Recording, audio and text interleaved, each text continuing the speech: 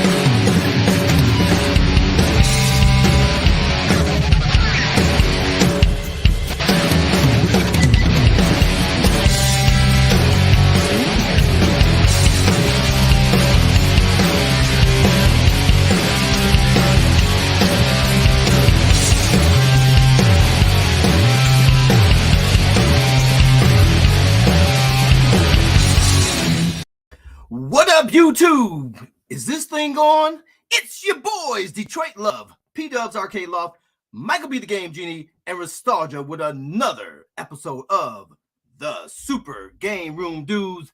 Let's get Friday started.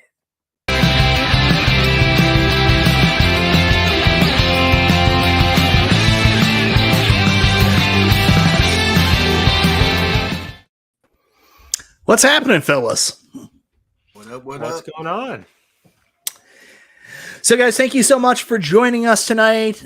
We don't know if P-Dubs is going to join us. We're hoping. He emailed me late today or messaged me late and said that he was going to be delayed, and he's going to try to join us in the middle of it. Like we all know, that's what P-Dubs does. So expect the flow and the energy to be broken up and destroyed about halfway through when P-Dubs joins us. Mm-hmm. But until then, I knew that without P-Dubs, I was going to have to bring in some epic help. So I decided to bring back two of YouTube's best, brightest, and hopefully back again someday soon, people from the home arcade, retro gaming, podcast scene. We've got Stephen Haywood, the Tech Buzz, Glenn Planamento. Guys, it's 2/3 of the Retro Buzz, and hopefully once again the Retro Buzz very soon. Joining us tonight on Super Game Room Dudes. What's happening, guys? What's going on? Thanks for having us, man. We appreciate it. We always love being on. Especially when P-Dubs is in here. That means we can talk. Everything's better without P-Dubs. I don't know, with all that hype, Glenn, I don't know how we can live up to this. I was kind of like, oh boy. Don't be modest.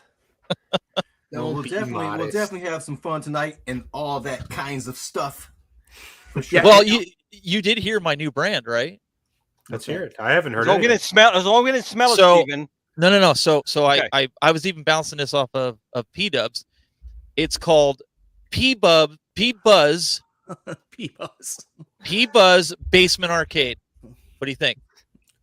Sounds I'm- like music to my I'm ears. P-Buzz. Has a nice ring to it. I Yeah, was thinking you P-Buzz. guys could do a show called The Tech Dubs. The Tech Oh, that's even Dubs. better. Okay. So I'm going to also give you guys a little bit of a heads up here that there's also another secret reason why I invited you here.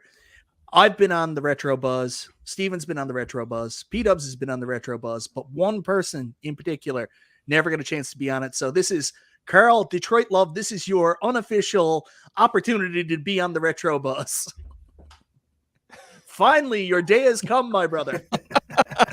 Absolutely. And it is an honor. It is an honor. Appreciate it. Making it happen, Michael B.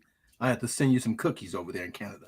Well, we got Thanks, to buddy. do this because I did have Carl on Kicking Old School. Now I have to have Steven, Michael, and Nostalgia. I got to get you Yeah. guys over to Kicking Old School next. Wait a second. Let's talk about that for a second. I knew that was coming. My old co-host of the show still has not had me on his show. Can you believe That's that? unbelievable. I was Can you saving the best believe for that? last. I was saving the best for last, man. Oh, look at him. Listen to this guy. Backpedaling. I learned a lot from P-Dubs, man. I learned a lot from him. I still haven't gotten those stickers. No, one's Actually, got- I I don't think did. anyone's gotten those stickers. No, I got P-Dub stickers. I got a couple. Well, you're special. Did you buy them yourself? No, they just why? I Did forgot you have when I them got printed? And No, I got them. I actually have them. They survived my flood. As a matter of fact, they he floated probably right felt, on the water. he probably felt bad from all that all that stuff you sent him, so he had to give you at least the stickers. I like to see them sometime, Glenn, because I've yet You know to what? see I these will. mysterious If I have a stickers. chance, if we have time, I'll run up and get them. I think I know where they are, but I did get them. They're real. He's got his little helmet on. He's Rogue 15. I'm not that buying was, it. Back in the that was pack. like 7 P-Dubs logos ago, though. Yeah, I didn't say it was a new Gus one. changes logos quite often. He does. All right, so guys, we do a little bit of a thing here. I wish I had some kind of graphic made up for it, but on shows where P-Dub says I'm not going to be there tonight, we take a pool to find out what time he will still show up. So we're trying to figure out at what point in the show P-Dubs will still join us Well, he was already on my show. tonight. He was on tonight. Yeah, he was in there. He was saying What the working on his hell? spreadsheets. Yeah, he was all over my show. And Jeez. I go, I'm sorry, you're not gonna be on the show tonight. He's like, what?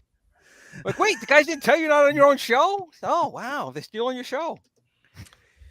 Mike, I would like to remind you, last time we did this pool, this guesstimate for when P-Dub's arrival will come in, I was bang on the money. You were right. I on the money. was. So if we're taking bets again, I'm going to say between 35 and a half minutes to 37 minutes and 15 seconds. Okay. That's my window. Now, how do you know, Michael, that he's not texting P-Dubs? Call now at that time. If there's anybody with some kind of absolute bullshit, strange back alley, behind the scenes, shady deal happening, it's definitely Steven Nostalgia. Let me tell you that. I tell you, you guys on this show have a great rapport. You do. I mean, I could watch you guys all friggin' day ripping on each other. I mean, it's funny because me and Stephen Haywood were talking about this before Steven Nostalgia showed up. So the minute Nostalgia showed up, we started talking nice. But before that, I was telling Stephen Haywood, like, Nostalgia's like my favorite person in this community. He's the reason I'm here. Like, I don't know if you guys remember, me and Steven did an episode of P-Dub's Arcade Loft. Well, it was the Loft Report, Carl, all the way back then. And that's what started this show. We had such a good time and developed such a quick rapport with each other that we decided we wanted to do more of this. You the rest decided. lives I just in tagged infamy. along. That's not You really got- what he was saying. He was What? basically saying we need to get you a collar and lock you in a cage because that's the only way he gets to say anything You when see, P-Dubs that's- is in there. Well, that's what he's done. He's got some inappropriate photos of myself, and he said, "Nostalgia, if you don't do these shows with me, I'm going to release them to the public." So I'm only There here it because is. I don't have a choice.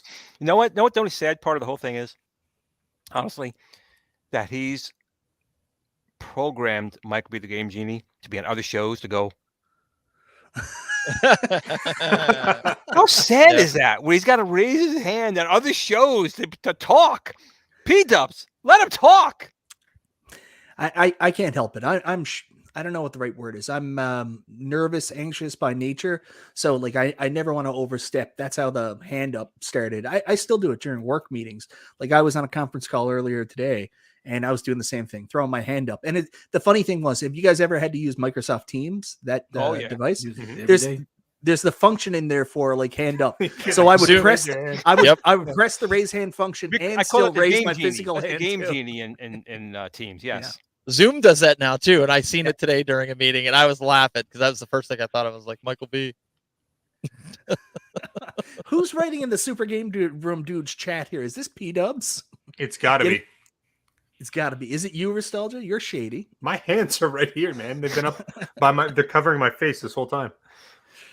Oh. Yeah, it's got to be P-Dubs. All right, guys. I don't want to go too long, but I do want to start the show. Just ask you guys what's been happening. You guys decided to call it quits with the Retro Buzz for a little while.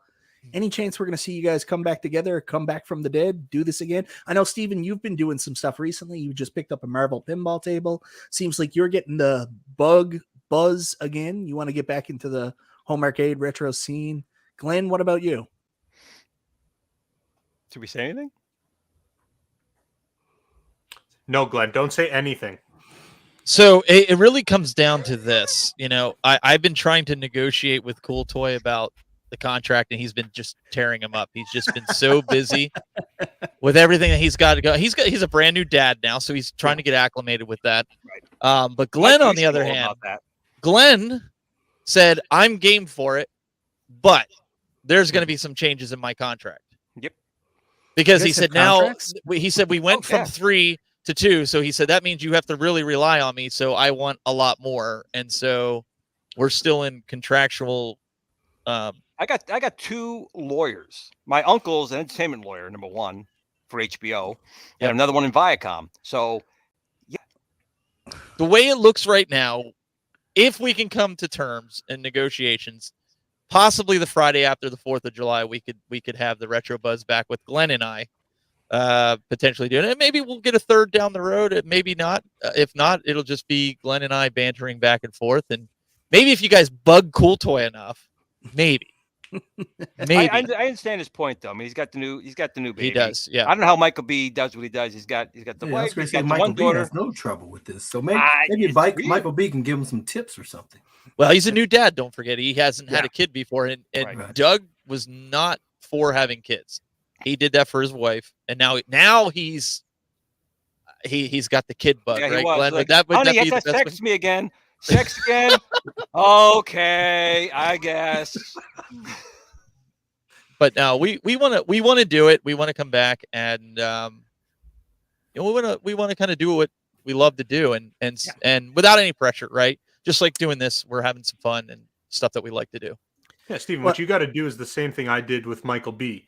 He didn't even know that there was a contract. I just forged his signature, and I get all his royalties. It's incredible. There you go. That's what I got to do.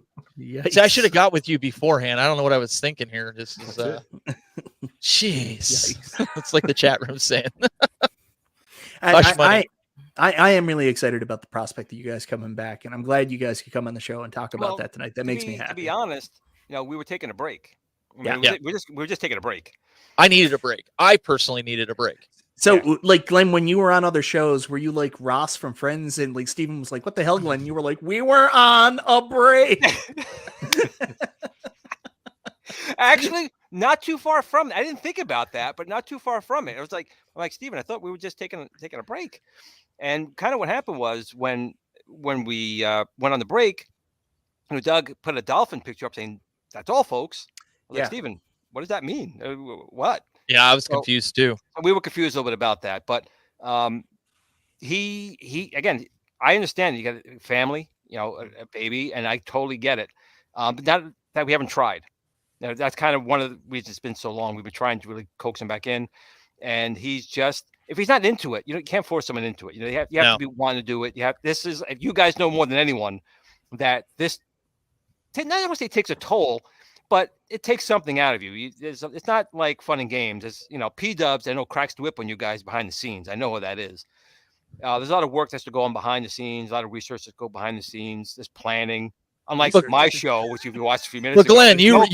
Glenn, you reminded me, though, you and I started the show without Doug for the first 5 episoes we did? Right. So it'd be kind of like returning to the roots. Go back to the roots. It would be nice if we had people do guest hosts, to have you guys on, stuff like that. But I think, like any show, things need to grow. I think that we kind of started with the show and the retro gaming market, but I think really there's too much of that. It's oversaturated, to be quite honest. So we're going to be branching out a little bit beyond that. I'd love to have Nostalgia on coming out on Shirtless Fridays. I would love to have him coming on doing stuff like that. We're going to branch out beyond just gaming. You should really get to talking about like the Thunderstick market. Let's not. Well, I didn't want to give stuff away, but we are branching out, and there will be other things to talk about. That's entertainment. It is entertainment. The very best kind. That's what the ladies say. Yeah. Well, let me ask you guys. I know this is your show, but let me ask you guys a question. the three of you, where do you feel the home arcade market is right now, as far as the 1-ups, the AtGames, the iArcades? Have we hit that plateau where now people are kind of, I've had enough with it? I think some people have. I think it all depends. There's different segments. We've talked about this till we're blue in the face. When the prices went up during the pandemic, that really took a lot of interest out of a lot of people, because it went from being this affordable thing you could collect, at that $2.99 and $3.99 price point. But then when it shot up to like $4.99, $5.99, $6.99, you're like, holy shit. This is no longer me going out and buying something for fun. This is a little bit more of an investment now. So I think that took a lot of people out of the market, because it went from being this really accessible thing to all of a sudden being kind of a prestige product, or kind of a show me product. Things are just expensive. It was the way it was. So I think that took a little bit of interest away from it. The other thing too is there's an interest in collecting. Like, you want to add all these, build an arcade in your basement. But like, I don't know about you guys, but there's only limited room. Like, some people have a little less room than others. Like, not all of us have a giant casting couch in our downstairs arcade like Nostalgia. So like, but a lot of people out of room. I'm out of room, and it's really hard right now, because if I want to get something else, like I want to get Dragon's Lair, I all of a sudden have to say goodbye to something else, and I don't really want to do that. Why can't Glenn, you rent storage? Why can't you rent storage? I'm not going to rent storage lockers. I'm not that insane. I've been paying since the flood, friggin' storage for the biggest highway robbery people on the planet. Yeah, I'm on the 4th floor. Yeah. The elevator never works. I'm schlepping up monitors up and down these stairs. If you're like 5 minutes late to pay them, they tack them like $60. Oh, yeah. So they're murdering me. So, but my basement, I gotta get started on this. I haven't got started. So if you don't want to get rid of it, you can also break it down back into package. You kept the boxes, right? People keep boxes, right? You pack it back down into its original box and put it in the attic. Not for A1-Up. Glenn, I'm sorry about this.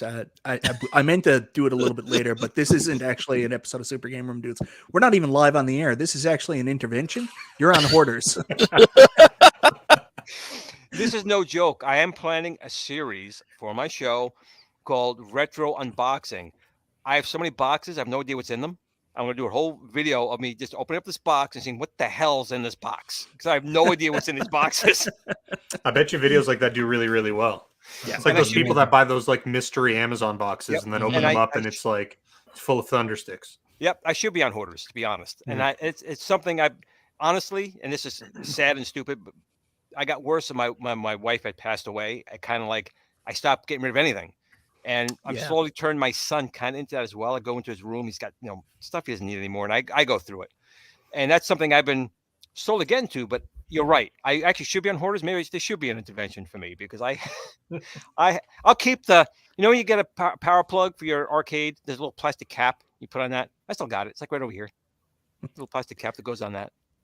All right. So, guys, I love this, but we probably should get to some of these topics before P-Dub shows up. Like, let's try to get through some. Before we start, I did want to chime in on Stephen's question, and I agree that Arcade1Up, especially, I think we all can agree they're the biggest market here. Has they've learned from our crowd, you know what I mean, and I won't say perfected, but they've gotten these things as close as you can get them to being a replica of the past, and at a price set where it doesn't really appeal, like Mike was saying, to the people that want to buy multiple. But I think they've shaped the market where they now have this product that they can present to the market, where people are going to get their one or two. They're not going to be trying to emulate what we've done and have a whole arcade in our basement, but they're able to get those one or two that they want. And so I think it changes the audience. I don't think those people are going to be looking to go on YouTube or Facebook and find and look for these things like we have been doing. But I think that they will come, but they aren't going to come the way we've been doing for the last few years, because it was just at its infancy, and now it's really a staple product that's marketable, and so it's just a different time. But obviously, the passion is still there, and people love these things. I talk to people every day that haven't seen them before, and they're like, "Wow, how do you get hold of one of those things?" So there's a huge market of people out here that's definitely interested, just don't know that it even exists. When did Detroit Love become the voice of reason? When did that happen? He's like Silent Bob from the Kevin Smith movies. Every now and then he'll just come out with just this truly profound statement. Well, the reality is, P-Dub's not here, so I get to talk. So that's right. Valid point. So, did any of you guys do any business courses, like in post-secondary or anything like that? Nostalgia, I think you did, right? I did. Stephen, I'm just gonna, before we get started, I'll ask the question really quick.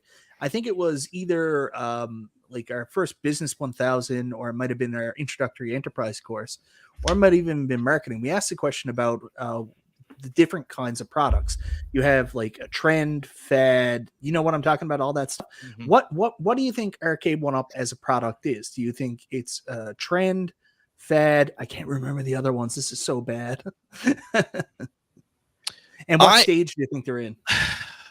It's hard to say, because we're such a niche group. I would have to say it's a fad right now, in the sense of retro is really hot right now. I think and Glenn's going to hate me for saying this, but if retro crashes like it did for the Great Crash, you're not going to be able to give these cabinets away. You're not going to get... Yes, you can. Send them to me. Glenn's Retro Show. I'll give you the address. You send them right this way.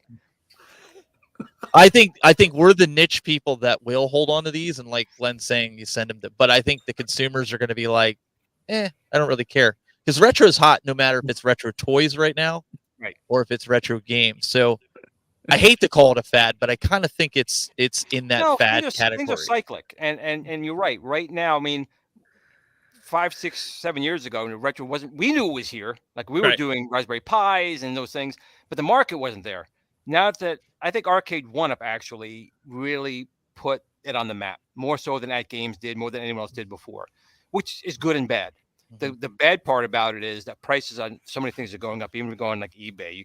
Steven, this guy over here gets deals, but you go anywhere else, a game cartridge costs you $80 when it's worth like $5.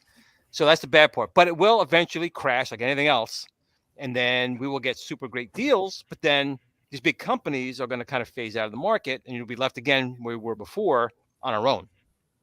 And if you remember watching our show, I said way back when, there's too many people in the marketplace right now. It's getting saturated, and we are going to see a crash. I can't say when. Maybe Nostalgia can give a better date. He seems pretty good with it. But, we are on that trend. We have a lot of great products out there, but there's still only so much the community and we can support. I mean, we buy everything, but we can't support these companies ourselves. Nostalgia, I don't know if you want to respond directly to Kongs there. He's kind of calling you out there. I don't consider that a call out. ETA Prime is the shit. I'm a big fan of ETA Prime. Oh, we know. I'm a big fan. I like ETA. Can you see where I get my inspiration? A couple of occasions. I like ETA Prime. In fact, he's the first video I ever watched when I first wanted to mod the Street Fighter 2 cabinet to turn it with a Raspberry Pi. I followed his tutorial to a T. He was the only one. He was the first one with a tutorial.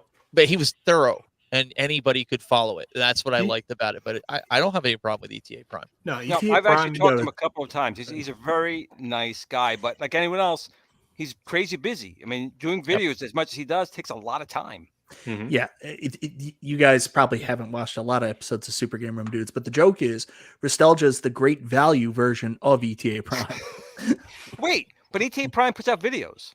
Is that where you got the whole fair. Dr. Claw look from Inspector? You were mimicking that. Yes. Oh, I get it now. Got it. All right. Okay. So let me tell you, let's get on with the topics. First and foremost, wait a minute. Before we do, looks like Hobby we're not Hands going to is get on going the broke. topics. This guy, he Hands super chats before on my show. He's going broke. Thank you so much for the super chat, Hobby Hands. Save some money to go get yourself some home arcades. Apparently, the market's going to crash. You're going to need to get them before they're gone. Hobby Hands, thank you very much for the super chat. I boxed up my Jaguar and Super Nintendo years ago during a move. Never found them again. There's some they are in some box in my house somewhere in my hoarding. I gotta tell you, I did something similar. I boxed up my NES Advantage controller, and for the life of me, I can't figure out what I did with it. Like Your it's wife just threw it out, dude. in the Guaranteed. ether. She threw that No, out. she's good that way. She doesn't throw out that stuff. Uh-huh. You'll find it when you move. You'll buy another house, and then it'll be like in the last corner of the house you haven't packed, and then you'll find it, and then you'll pack it, you'll move, and then you'll lose it in the unpacking. All right. So we actually do got to talk about some of our topics tonight. First and foremost, let's talk about Shredder's Revenge. Who here has played Shredder's Revenge? Played it, beat it.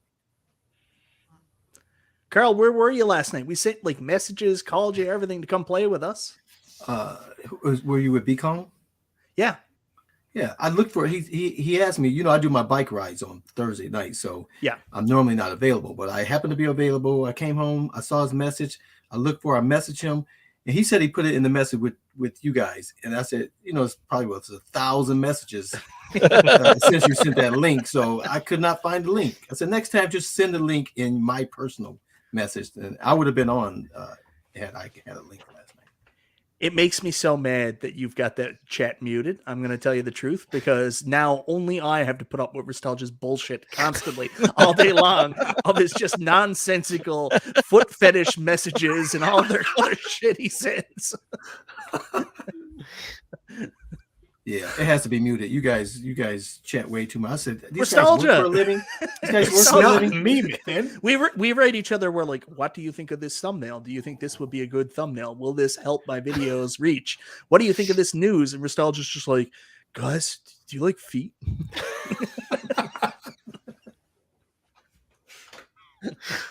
That is beyond accurate, Mike. I love that. Thank you. All right, I apologize. Give me a second here, guys. I don't really know how to do this stuff. See, I will say P-Dubs would have kept us on the line, Michael. He would have kept us in check. Yeah, not me. He would have not allowed this to go on any sort of a tangent. No, not at all. So I do want to show, we played this last night, Shredder's Revenge. Now, what system did you play it on? What were you playing it off of? The thing that you still have boxed up. Oh, the Switch. It's the Switch, yeah. Gotcha. No, we actually played last night. A bunch of us played on PC. I played on PC. And then I got 19K Fox and B-Kong to sign up to Game Pass Online, which is $1. And they played on their computers. And then Justin was on his Xbox and P-Dubs was on his Xbox. And we played through the whole thing. We had a lot of fun. Well, I have all those platforms, so I could have got on. I was so disappointed you weren't there, Carl. Yeah, that game looks and is really fun. Now, I've only gotten maybe 20 or so minutes worth of time to actually play, but it is like a spinning image of Turtles in Time in terms of like I love that soundtrack, the gameplay, the mechanics. It just feels like you're playing a more modern version of that game, and it's really fun. Steven, you played it today. I noticed I showed up some gameplay. What do you think? Yeah, I mean, I played through it solo. I didn't get to play on, and I have a question for you guys about that. I thought it was really good. I got to go with nostalgia on this. The only thing, again, I'm being nitpicky. I don't like the way the turtles walk sideways. Like on the actual turtle game for Turtles in Time, they actually turn their bodies and go forward.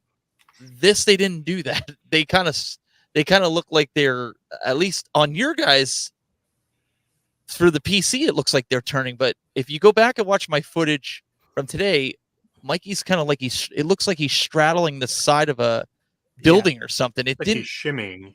Yeah, it didn't. And that was on the Switch. So looking at your footage now, your turtles actually turn and walk.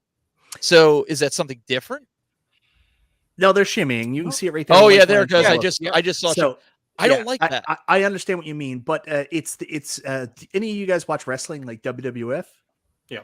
Yeah. So you know how they have those weird, crazy camera angles where the guys are watching other stuff happen in the ring, and like they're watching it at a 90-degree angle. Like there's no way they can see the screen, but they always got to present themselves to the TV while they're watching something. They can't be turned around backwards watching the TV.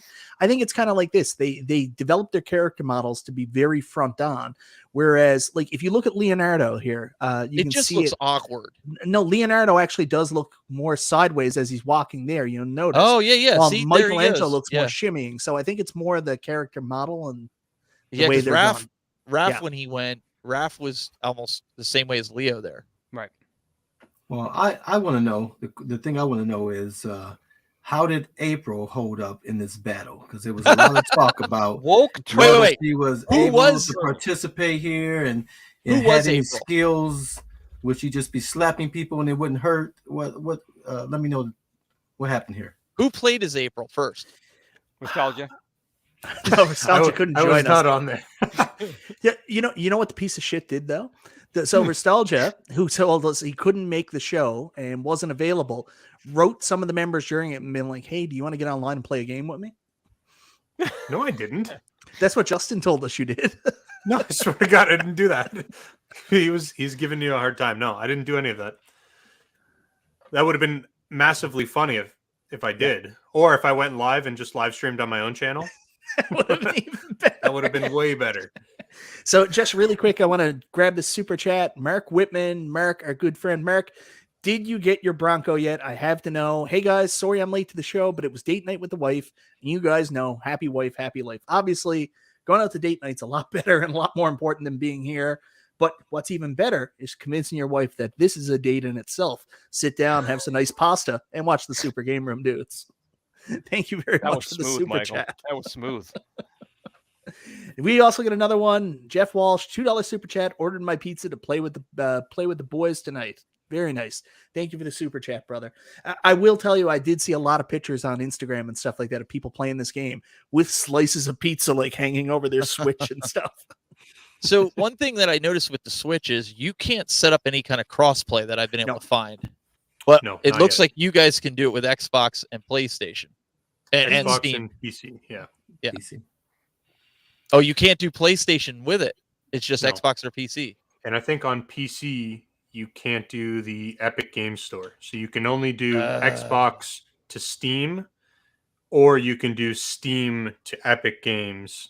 You cannot do Epic Games back to Xbox. It's like a weird cross-play triangle thing that they got going on. But they did say they're planning on doing a full cross-play. I just don't think they're there yet. Okay. Yeah, we did find out from Keo Deacon last night, like there is crossplay between the Xbox and the Wii, apparently. Yes. So we're working. Yeah, the PlayStation and the Wii is what he said. PlayStation and the Wii. That was quite entertaining. And so who was April there, Michael B? I don't know who was playing as April there. It's got to be P-Dubs. No, we had some people join us because we had some problems with the games. P-Dubs had to leave at one point, and so we had Garage Gamer, and we also had Stardust, viewer. You guys would remember him from Retro Buzz too. You guys remember Stardust? I don't Stardust, know, man. That Florida. was a while ago. Yeah, I know, maybe. I know. Yeah. So anyway, Stardust joined us for a little bit, and yeah, hard to say. Oh, bad news from Mark Whitman. Another super chat. You didn't have to do that, brother. You could have just responded.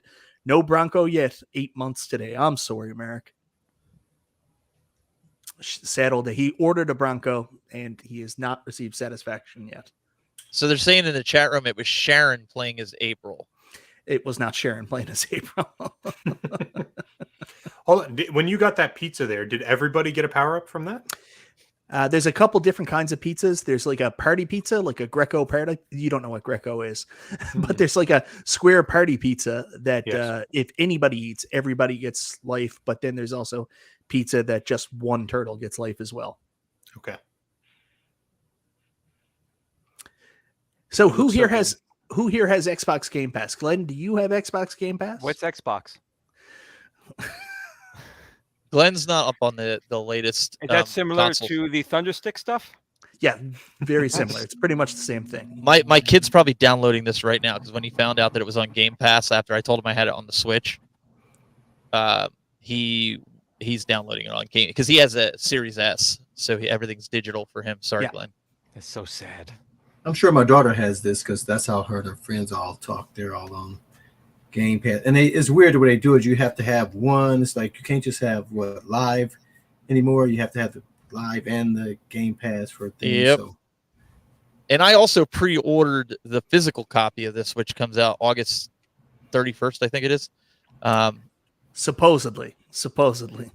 I didn't do it through limited run. I did it through Did they say Amazon. 2022, Stephen?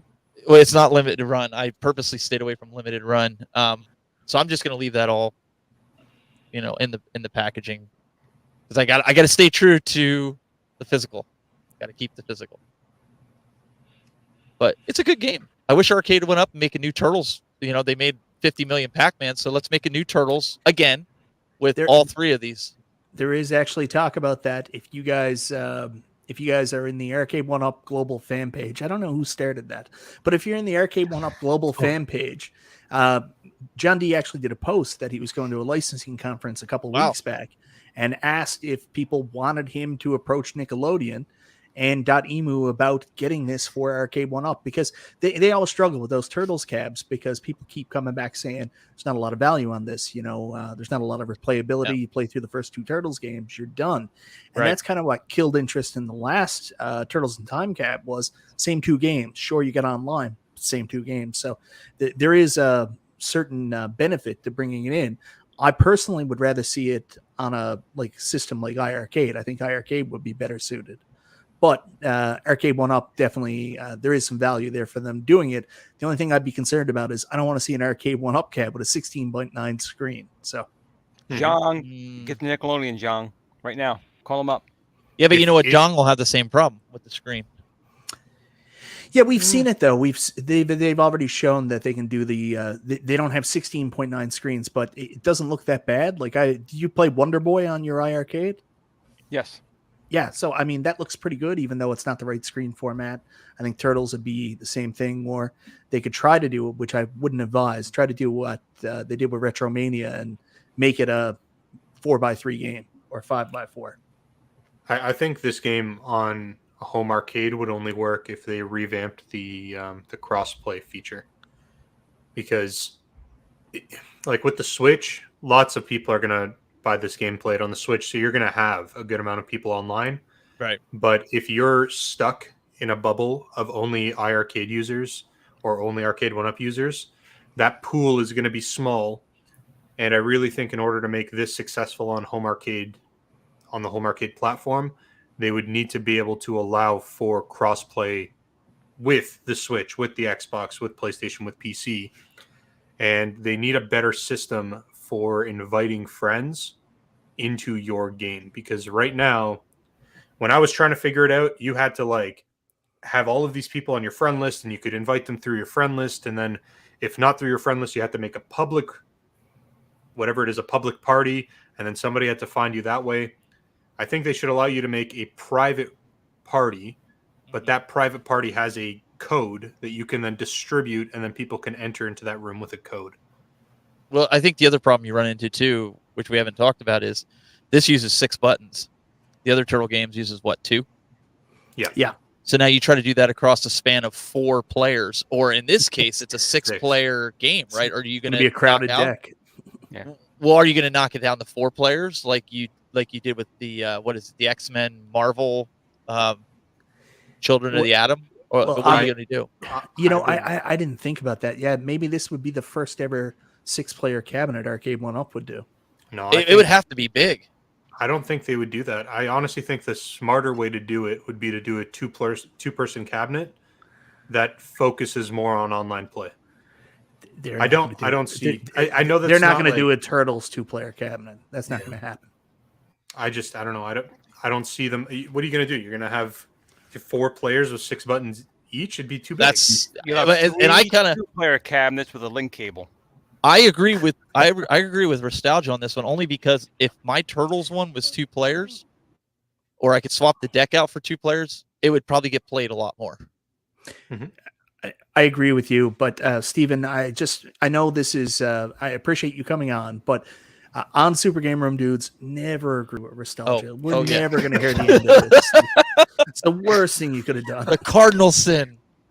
One thing I did want to bring up here, Mike Hawk Hertz brought this up, and Glenn, I'm sorry, I keep covering your face up. Wait. Mike, Nostalgia. Do I got to give that money back that you gave? Just ask. Hold on to it for now. You're allowed to have 2 strikes. Strike 1 has happened. You've got Gotcha. 1 more. Okay. All right. Just wanted to be sure. Sorry. Carry on there, Michael B.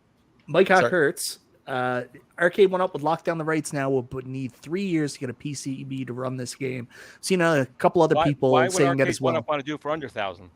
Right, in 3 years, I want to be 2,000 for Arcade1Ups. Yeah, I think if they were doing something like this, they would want to do it in a pro cabinet. I was just gonna say, what about a pro cabinet? It would be a pro cabinet. Yeah, but why do you think there'd be a better PCB in the pro? Well, it's a bigger. I don't think it's a that they bigger would. cabinet. I think that they would be able to charge more, which would justify the cost of upgrading their chipset. Bigger cabinet, bigger monitor, bigger play area, bigger same chipset. I call it. To be honest, yeah, I don't think they'd even need like a super crazy chipset. You could probably run this on the iArcade chipset on an RK3399. So, yeah. Obviously, other arcade companies are making arcade machines with that chipset, so I think it would be doable.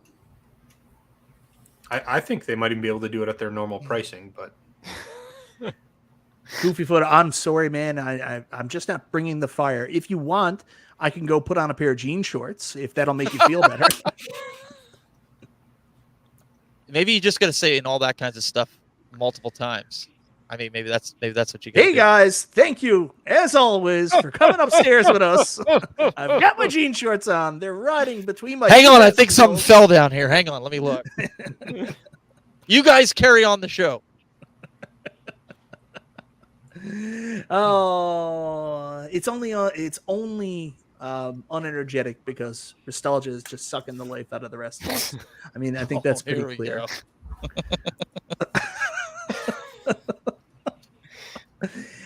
Anyways, guys, Shredder's Revenge. I'm a huge fan of it. We had so much fun playing online last night. Nostalgia, it's a shame you couldn't be there. I know how much you love playing with us, but unfortunately you couldn't make it. We had a blast. I had so much fun playing the game by myself in story mode. I had so much fun playing the game with friends.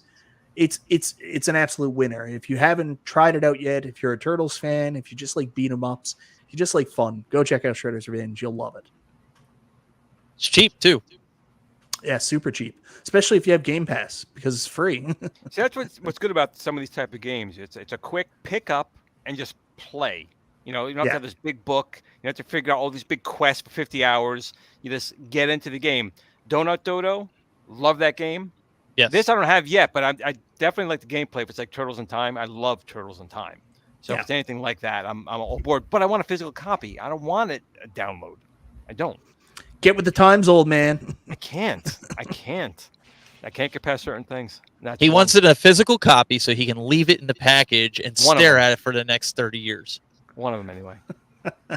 Anyways, guys, we've talked enough about that. Let me just get this down off the screen. I'm really trying to learn how to do things with multiple screens here now. It's tough. I'm not good at it. You need more energy. I do need more energy. I'm Come on, unenergetic. If you're not energetic, we're not energetic. I mean, I know. Let me pick. Michael, bring us all down. Drives the show. Come on, Michael. Yeah, come on, Michael. This was a really good week for beat 'em ups, though, and it's not in our title, but I do want to bring it up as well. And I'm gonna source some footage from our buddy Cool Toy, who I want everybody in the entire world to start sending him YouTube videos of the song "Baby Come Back" until he returns to the retro buzz once it starts again. But we also had Final Vendetta come out this week, and it's a weird timing for it to come out, like to put it out head to head against Shredder's Turtles in Time, like just such a weird decision, right? That's not against at all, Mike. You think they were trying to build up, Mr. Business University Man? Mr. Business University Man. Name one business decision you've made that's good. I don't know. I'm sure there's a couple.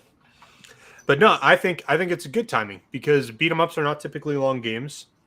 And Shredder's Revenge, what is it, like a 2-hour playthrough, 2.5-hour playthrough? About 2.5 hours, yeah.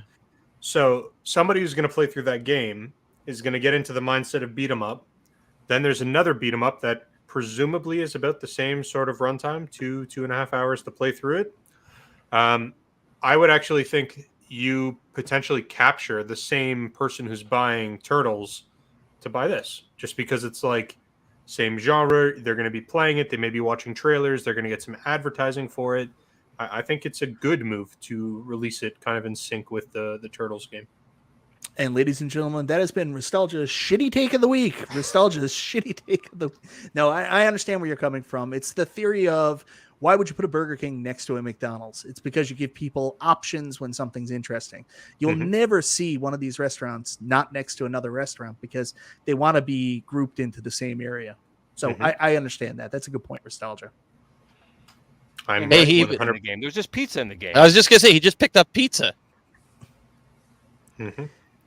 So I'm not that familiar with the process of this coming together, but from what I understand, I think they took a lot of elements from a lot of classic beat 'em ups, and this is really a love letter to the genre overall. So there's elements from Final Fight, elements from Streets of Rage, Turtles, everything, all put into one. And the Beatles, Superman. Are you screwing with me, or are you real here now? Oh, there's a telephone booth, so I was. Never mind. There you go. And Joe Dirt with that mullet. Yep. So again, guys, this is a gameplay from Cool Toys video he shared. If you haven't, go check that out yet. He did the exact same thing for Turtles as well. I haven't had a chance to watch the videos yet. Did he provide any overview, or is it just straight gameplay loaded up to his channel? I'm pretty sure he just did long play format, so he didn't have his mic or anything. Really? Interesting. Yeah, I think that's how he did Turtles too, because I watched a little bit of that. Yeah, he's going after that long play market. Have you been coaching him, Nostalgia? No. He knows the way. He knows the way forward. Anybody here try this game? No. Nobody. Which platforms is this on? What this game is? Yeah. What'd you say? Platform? Which platform is this on? I believe this is on all of them. So you can get it on Switch, you can get it on Steam, Xbox, PlayStation 3. Of the two games that were released just right away, the one I'm surprised iArcade wasn't more on top of is, in fact, Final Vendetta. This seems like it has iArcade written all over it. That's what I would have said, because this seems too slow to be on one of the modern consoles. Like, I'm very surprised. I mean, I get it. They're trying to do retro here, but am I wrong? Does this just looks too slow? The animation is not slow, but the gameplay is a little bit. So it's not like the machine can't handle it. 'Cause the animation. No, but it's iArcade bound. Or, I mean, this is not something I would expect released to a console. Well, I don't know who actually made it, but it is by Numbskull Games, and I don't know much about their history on game development, what they've released in the past. So some of what you're seeing there might be just some hiccups in just their looks development redundant. process. Looks redundant. Nostalgia, you want to chime in? You're somewhat of a scientist. No, I'm good. Carry on, Mike. You don't want to say anything? Come on, man. Throw me a lifeline here. Come on. I don't know. Man. The in terms of what, the game development? Well, or what do you want to know, Mike? What you're seeing here? I think it looks very much like a classic beat 'em up. So if you really are into like old school retro beat 'em up, that it doesn't even feel modernized, to be honest. Like, it actually feels like it would be a game that you could have played, 20 years ago. Yeah. So if that's what you're into, then I think it looks good. I don't know about the statement. I know you're saying it looks and maybe plays a little slow. I think this is by design. I think the entire intention behind the way the game looks and plays is intended to be the way it looks and plays. So how much? 60.39%. No. How much is it? How much is what? What do you mean? The price of the game? Yes. How much is the game? I don't know. Like $19. Yeah. I don't know. I don't know what the retail Turtles or this game for $19. Both. Yeah. Or both, though. I don't think I'm a big beat 'em ups fan, and I won't buy this. I think it's pretty. If you're going to put Turtles in this side by side and say you can only buy one, I'm willing to bet you 98% of people. Streets of Rage. I'd play Streets of Rage or something. This is, I'm not. So you're saying 98% of people will only buy Turtles, but yet you were also saying it was genius to bring this out at the same time as Turtles. No, Mike. I said if you're only allowed to buy one or the other, I'd say 98% is going to buy Turtles. Not, you know what I'm saying, Mike. Okay, Captain Contradiction. You're being a dingleberry.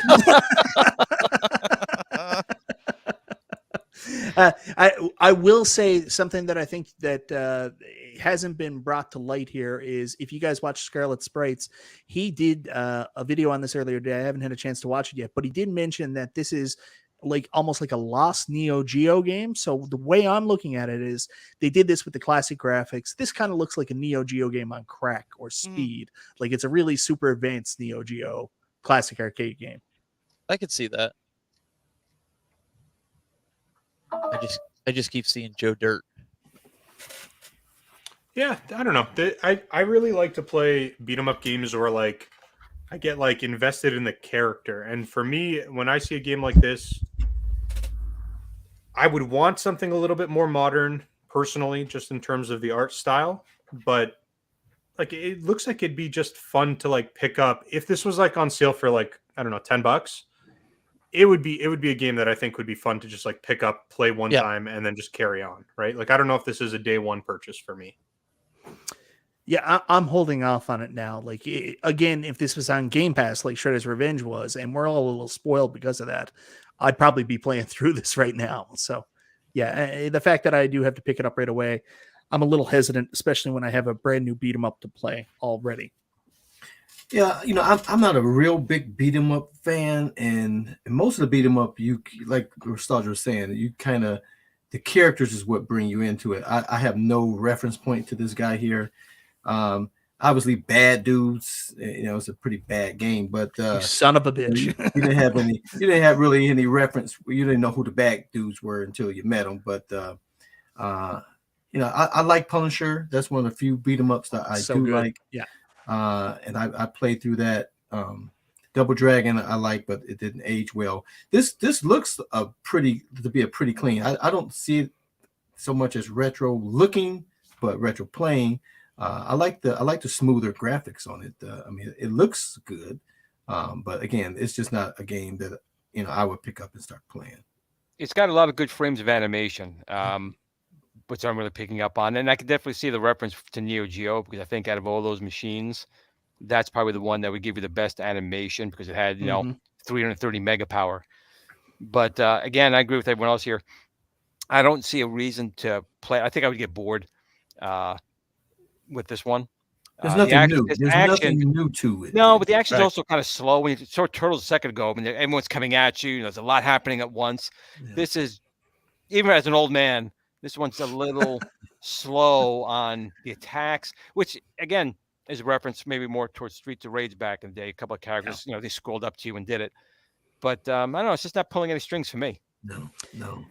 I'm a big beat 'em up guy, especially from the 16-bit era. So, and the arcades around that time. So it does it for me, but I understand where you guys are coming from. A lot of beat 'em ups to play this last little while. Anyways, we can get off that. I apologize. Oh my God. Everybody hates Final Vendetta. I didn't expect that. Nostalgia, where do we go from here? Your rodeo right now. I don't know. You have Arcade1Up Legacy Edition impressions. Oh yeah. Did you guys see the Arcade1Up Legacy Edition cabinets that were released just this past week? We did not. What? Cue the video, P-Dubs. Get it. Mike, you got to be way quicker on this, man. This is Goofy Foot's eating you alive, man. Jeez. For somebody who hosts a live stream every Monday night. Don't make fun of kidney stones. Don't even make fun. Oh yeah. How dare you? Well, thank you very much for the super chat, Goofy Foot. But poor Glenn recently had a kidney stone. You're bringing up terrible memories for him here right now. I still got my other kidney. My other kidney still got him. I still got 7. So are you talking about the Dig Dug and the new Pac-Man? No. I'm talking about the actual legacy cabs that were announced initially, the 2022 legacy cabs. Some of them have finally made it to people's homes. Our buddy Peter McNabb from Canada had the first Centipede Legacy cab. Oh, right. And Mike, we tell us finally all had a look about to see that. what it was. I'm working on it. Why don't you keep things going while I'm getting it up, you POS? I That can't. did It's not Carl's sound time. right, Michael B. I was gonna say it's Carl's time to shine. He's but- normally so quiet. Come but on, Glenn, Carl. Hey, Come Glenn, on. I definitely can relate to the kidney store. I had one exactly 34 years ago, and I Only still one? remember it. That's nothing. I've had 26. Oh, that's crazy. And I still got couldn't 7. And the reason why I know, because my first wife, my son, who's 34 this year, this month, my ex-wife was in the hospital with him, having birth, and I had a kidney stone, so I was in the hospital at the same time because these kidney stones. And I remember my mother-in-law That must have been was hysterical. The pain. You know what pain is? Carl? right. No, yes, I do. It's worse than yours. No.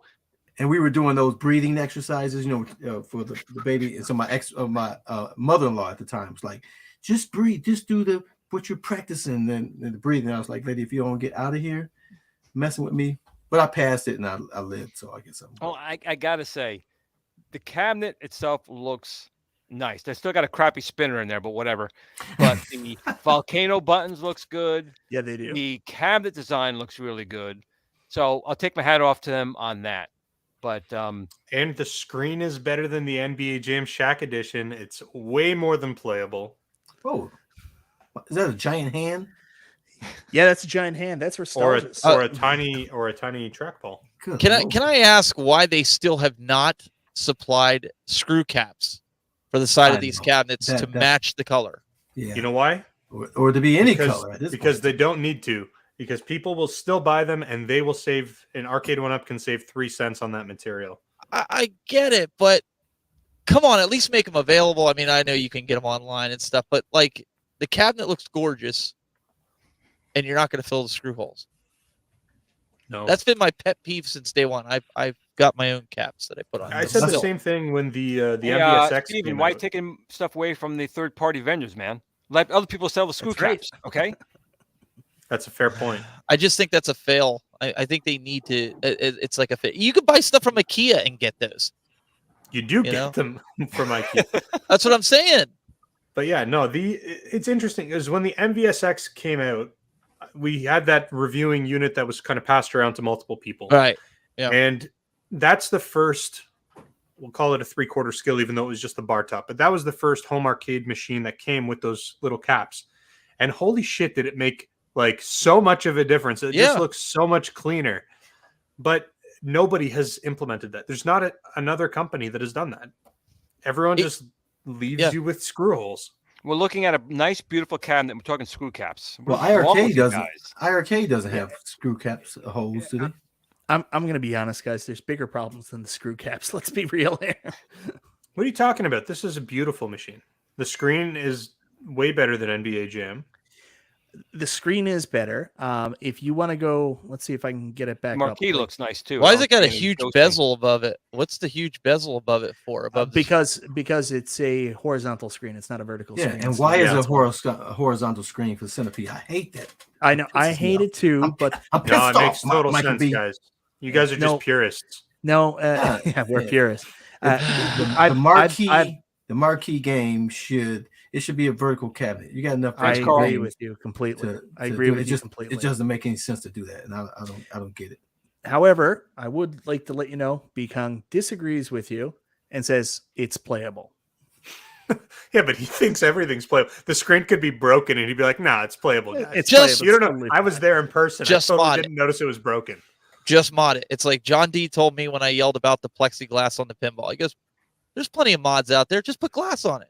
Dude. Your buddy even did a video on it. That was his response to me about the problem. So yeah, we'll just Tom's wife stepped in and busted his Tron and cracked it. It's playable. It's good. It's fine. It's playable. It's playable. I like that.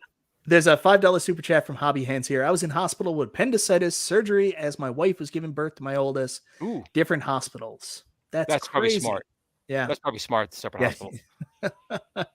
I will say I know why they've done it. We've had this conversation with John D. I think I had him on my show, and I had the conversation with him, and it's a tough one for him because when you put, and Glenn, me and you did a show on this. It's the problem with having multicades on this and having to accommodate all the different games on it. You really can't focus on the marquee. There's got to be concessions made sometimes. No, but and if you look at this cabinet, there's only 3 vertical games on it. There is, there's but again, Centipede, Millipede, and Tempest. But we did talk about it, and Carl said the too. The main game on here is what? Centipede. Centipede. I don't give a shit about the other games. Excuse my friends. I agree.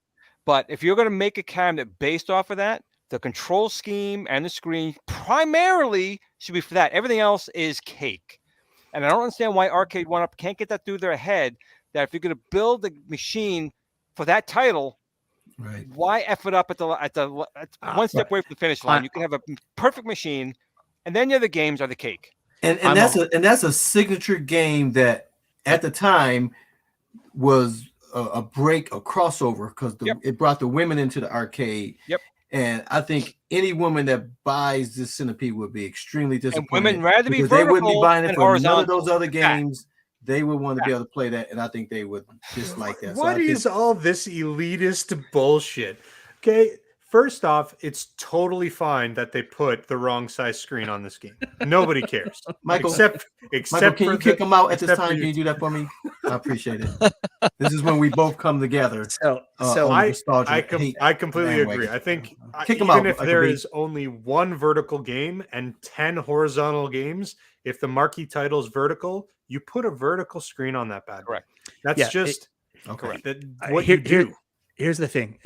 Where I stand, I understand why, because anybody who's owned that Centipede cab, you remember trying to play Missile Command and trying to play Crystal Castles on the vertical screen. I mean, it's so small. It works out to be a little less than a 13-inch screen that you're playing that on. bad. And maybe they should Glenn, no, but listen to me.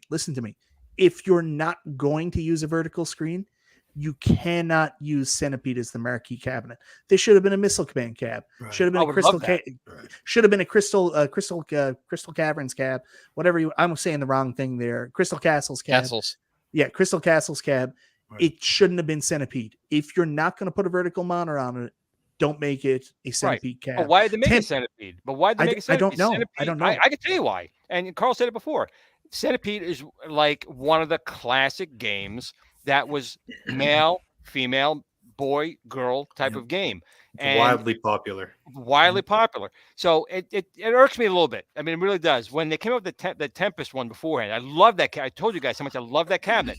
They effed up the controls. They effed up the screen. I wouldn't buy it. Even when it went on sale. It went on sale for what? Like $200-something on Amazon. $200. Yeah. I so wanted to buy it, but I refused because of that reason. Yeah, and they have, what's the shooter game? Arnold Schwarzenegger, Terminator.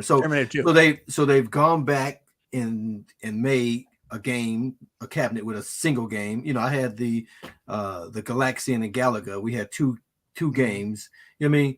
There's absolutely no reason to not limit the game so that you can make this cabinet play the way it should play and look the way it will. But you know what? Go ahead. To your point, I want to dovetail that. We all complain, the community. What? You're only giving us 2 games on a $300, $400 cabinet? And the Arcade1Up comes back and goes, well, here's 12 games. And we're all like, you put the wrong screen orientation on it. What's wrong with you? You're not thinking, but that's what the I know. I 100% know, because I want to bring up this comment from Weapon X, and I agree with them. If they made the Centipede cab with just Centipede, Millipede, and to be honest, I don't need that spinner there, especially if it's got goddamn buttons underneath it there. I don't find that comfortable. I would have just bought a straight up Centipede cab with Centipede, Millipede, maybe throw on something else that makes sense with trackball. If there's nothing else, I'd buy this if it looked that goddamn good with the right controls, right screen orientation, with only 2 games. I'd have a new Centipede cab right now. Golden Tee. I mean, Golden Tee is a prime example. Yep. You weren't going to put all these other silly games on there just to add games to the list. You know, Centipede would sell, and that would be the next Pac-Man. Right. If they got it right. Limit the game so that it's a vertical screen. Yeah. And again, you make another Atari one with the landscaping. Now, if someone wants to, then they buy those 2 cabinets. Because again, I mentioned earlier, they're at the crossroads where you're not appealing to somebody that's buying 20 cabinets. you're appealing to the person that's going to buy a single one. A person buy that single cabinet there, they're going to be extremely disappointed. It's going to sit there and it's going to do the opposite of what they want, because people come over and say, "Oh, that want that." They'll be talking down about it as opposed to saying, "You got to get this cabinet." Can I agree? Can I agree with Carl? Is that allowed? Yeah, you are allowed. We agree with I agree with Carl. Carry on. I also agree with Carl, and I think this is that marketing play that Arcade1Up is going after here. They know, they have to know that the really hardcore person who's interested into their cabinets wants a vertical screen on this cabinet. But they also know that the masses outside of this community probably not going to spend $500 or $600 on an arcade for Centipede alone. So what they've done is they said, you know what'll look really good on the packaging? Centipede plus 11 other great playable retro games. And it's 100%. Well, I don't know how many, whatever total number of games there are, but it's all marketing. It's all about just trying to get this machine into as many people's hands as possible. And I don't think Arcade1Up cares to please any specific demographic. They care about volume, and they just want to get machines out the door through their retail partners. AtGames set a precedent, and other people have as well. Rotatable screen, even if it's but Glenn, you know what? Something like this. Here's the reality. Us and everybody in this chat room are the ones that are going to nitpick this. And I was talking to Michael B about this earlier. I have game night here every Saturday. Not once did I have people that have come in here and said, the controls are off on this. The screen orientation is wrong on this. Yeah. There's black bars on this. There's lines on the screen on your pinball machine. There's delay on the toy shock. Nobody's ever said that. Audience. Nobody noticed. You've got the wrong audience. Nobody, and I honestly believe, all kidding aside, I believe that's what Arcade1Up's doing here. They know they're going to sell and they're going to move these cabinets based off of what you guys were even saying. Yeah, that the majority of people, we're like the 0.02% of the people that are buying. Don't feed in. The Arcade1Up have that internally. They think that. Don't feed into that. No. I understand what they're doing here. Where we are like going like, well, the controls should be here. The controls should be there. The Simpsons price has come down, and I want to go buy it, but I know the Homer buttons are off. Oh, so bad. It's not. I know, but I'm sitting there and I'm going, oh, I could have bought it for $150. Well, the other problem is that we're all here. We are a source of information they should be using. Versus, I agree. They could build a much better product, and we've been talking about this for years, Stephen. All of us, and that's what probably irks me more than anything. Glenn, is because Glenn, hold on. Yes, source of information. You're right there. Why are they not using hold on, guys. The problem with what you're suggesting is, do they need to invest in further research and development to get the volume that they currently get? But there's we're not talking too much more research and development. They've researched and developed that. Yeah. That's been researched. We can simply point to them, instead of going this way, just do this during that research and development phase. I will never buy the saying that it would have cost them more money to do it right. We're talking very minimal changes to make it the right way. I'm sorry. The problem is we keep giving in to them and saying, oh, it's good enough. And here's my money. It's good enough. Here's my money. And then you get it home. It's not the way it should be. So Nikki Z says, we play Homer with no issues, no thumb gate. That's fine. Not everybody has the same problem. For me, I find it a little bit uncomfortable because of the way specifically I play. I rest my wrist on the control deck. I know not everybody does, but yeah. Well, anyways, Nikki's good with the hands. Nikki's good with the hands. She's better at hands than we are. That sells it. I'm buying it. And here's the reality. Here's the reality. They're making these machines in a certain number period. Right. So it's not like they build it one way and it's got to be that way forever. So why not make it right? Get those SKUs out there. Yeah. Get that product in the market. It just baffles me. And any person that walked into a Sam's Club or Walmart or Best Buy and saw Centipede for even $600-700 is still, they can't get a Centipede if it was vertical and look and play nice. They can't get that game in that condition. It looks nice, playable for that price if they were seeking a real 30-year-old, 40-year-old cabinet. I don't mean to cut you off, especially Carl, because I actually love it when you're talking more like this. But I do want to bring up one quick point that I've had this paused for about 35 minutes now on the screen from the side. And the reason why is I do want to show that there is discoloration with the TN monitor. But as you'll notice, when I press play here, it's not anywhere near where Golden Tee was. Nostalgia, you've noted that this is a much more vertical screen as opposed to the angle that the Golden Tee was on. That's probably causing a lot of it. But if you look when you I pressed the wrong play button. If you look as they move forward, come around to the front of the cabinet, that discoloration will move right away, and we actually have a pretty good looking screen front on. So the comment B says it's playable. Take a look at this angle, even from down low. Doesn't seem like we have the same screen degradation or discoloration that we do with Golden Tee. See, I disagree with that, and I'll tell you why. In video, unless your camera's fine-tuned and dialed in, you can make any screen look like that. Okay. Unless you have them side by side, I don't think it's fair to make that assumption. If you really, I mean, honestly, it could be just as bad. It could be worse. It depends on the room. It depends how much light is hitting that screen. Yeah. There's so many factors here. Just like when you did your video with the Golden Tee, the guy had the window right behind him, and I think it was distorting a lot of what it looked like. But you were there, and you're like, well, it was kind of washed. Different story. But the reason why I say that is because I had an iArcade right next to the Golden Tee. Yeah, right, exactly. Yeah. We don't know. This could be exactly as bad as Golden Tee. That's my point. That's all I'm saying. I'm not saying it's not washed out or it is washed out. It could be as bad until you see it side by side. Yeah, it's possible. I'm hoping that it's not as bad. I'm going to say I have talked to Peter and my buddy Carl LaFontaine, who helped Peter put this together. And despite their issues with the screen, everything we're talking about, I can tell you Peter's really happy with his cabinet. He buys a lot of Arcade1Up cabinets. Very happy with this Centipede Legacy cabinet.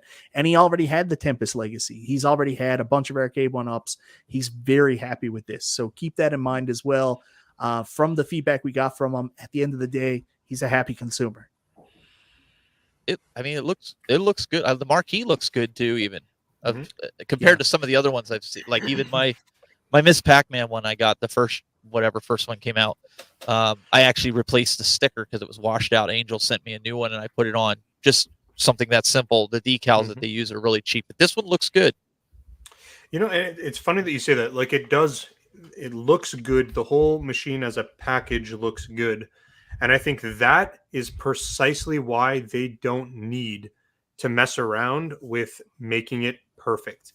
I would be willing to bet you over 50% of the end user or the consumers who buy this machine, buy it, assemble it, play it maybe less than 10 times through the entirety of the time that they own it. And it just becomes a piece of furniture sitting in their room that just looks nice, or is a conversation piece, or is in a game, whatever, in a bar, a home bar or something like that. I don't think we're ever going to get a true one-to-one from Arcade1Up because they don't have to do that. Right. I just don't think they're going to, and I don't think they have to. And as much as I would love it, the reality is it's just not necessary. So, Steven, I do want to show you this again. You're going to tell me that it's the camera probably, but if I can get it... Oh, no, shit. Hold on. I'm not good at this. Well, just for the record, though, I'm not saying 100% that's what it is, but I'm looking at... So, in typical... This room here, it looks like he has like white or manila walls. That's going to reflect light like nobody's business. Whereas you put it in like an arcade like I have where it's paneling, it's dark, and all you have is like LED lights going. I can guarantee you the screen is going to look a lot different. I mean, I could show you any of my other arcades. They would look different. One thing they did show in their quick video review, they wanted to show the black levels on the screen. And you remember those early TN monitors from Arcade1Up. They're similar. I don't know what the issue is. There's brightness issues where it doesn't get as dark. And maybe that's some of the background of the room. And before you say that, he did show the difference between his class of 81 cabinet next to it. And there wasn't similar issues with it. So that's another thing people want to keep in mind too with these screens going out. That's all we can really take from the Centipede cabinet that we've seen from Peter so far. From what I understand, I don't know where we are in the US with them, but I did get a heads up that people who ordered from the Brick can go pick up their cabinets next week. So the Centipede cabinets are in right now for the people that pre-ordered the Legacy cabinets here in Canada. We should all start receiving them soon. I don't know why Peter got this miracle cabinet before everybody else, but Centipede should be out there for the masses. So if you have one on pre-order, you should be able to pick it up soon. Now, Mortal Kombat, on the other hand, no one knows where the hell that is. And I think that's the one we're all the most interested in to see how good that one's going to be. Now, so if I'm looking at this cabinet right, so we're saying this is basically the Tempest cabinet reskinned with the volcano buttons, the molded coin door, and the live button, right? And so those are three great things that make this cabinet, or that's a great move for Arcade1Up to add that to the Legacy, because that Legacy didn't have the live button, right? They didn't have the molded coin door previously, and the volcanoes for the Atari is great. So I like that. If they would have just did that to the Tempest, I probably would have just sold this one and got that one. But again, I just disagree that that Centipede should be the marquee for that. I would prefer them to make a vertical Centipede and do all those, and then redo the Tempest, because obviously the Tempests that are out there are no longer out there because they brought them up. So it would have been a nice time to release that. So hopefully they'll go that route, because I really want a Centipede. Centipede is one of my staple ones that I like to have. It's on my Tempest, but I never play on it. I play it on my modified Galaga because it's vertical. But I would love to see them make those same changes to, say, the Tempest.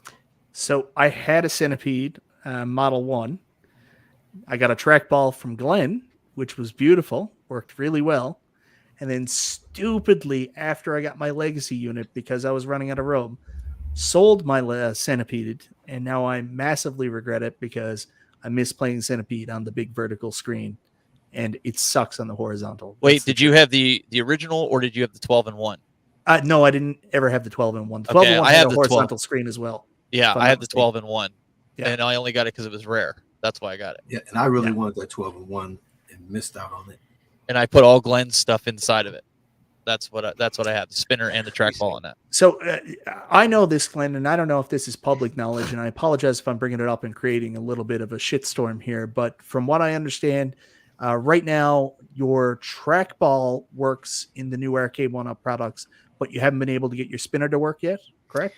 Yeah, I've had P-Dubs actually trying to get it to work, and there's your problem. Oh, did I say that? I thought it was muted. Sorry. When they came out with that when that Legacy cabinet first came out, I contacted Arcade1Up and John D, and John D said he was going to work with me, and we'll try and get this thing working. And of course, how long has that cabinet been out for? And John and his support team never came out, so we tried reverse engineering it, and I found a couple of weird things in there. First, if you look at the spinner in that Legacy cabinet, it's not a standard optical spinner. It's in fact a Hall effect spinner. That's number one. So honestly, from what I can tell, they should be put in ways to prevent me not to get my spinner to work in there. So we're probably given up on that. We're going to make stuff for Arcade1Up that are not going to be too much of a problem, but they've actually put a couple things in place to make sure that aftermarket products don't work, and they want you to buy their aftermarket or their replacement parts, which you can't get. So, I've been working with Scott and Arcade1Up since, day one, and I've always just been here trying to help them out and make sure people have products and they can enjoy their machines. But if they're going to make it so it's complicated for us, we'll just move on and we'll just deal with other people's machines. So you mean like iArcade? Well, definitely iArcade. AtGames, PK has been fairly good. The team is they're working on so many things. It just hasn't worked out too well, but we'll make products. It's well known. The Akari Warriors controller is coming out very soon. I'm really impressed in how well it's coming out. As a matter of fact, it's actually exceeded my expectation how well that's going to be. I can't wait to play Akari Warriors and Frontline. I mean, Frontline's on the AtGames machine, but it's not played the right way. You're not supposed to move in the direction you throw. You have to be able to move in one direction and throw in another. So I'm hoping that they'll make changes to that. But Long story short is we have a lot of products coming out, and we're more than happy to work with the vendors or the original equipment OEMs. But if they're going to actually make it a wall for us, we're just going to bypass it and not worry about it. And so the legacy cabinet, unfortunately, is going to be one we're just not going to worry about anymore and move past it. Yeah, I mean, there's only so much time and energy and resources you can put into There is, and we're very small. We're not a multi-million-dollar company of tastemakers and Arcade1Up, and they're making millions and millions of dollars. We're making really nothing because we're doing this not to make the money. We're doing this to make sure you guys have the controls that work and play the games.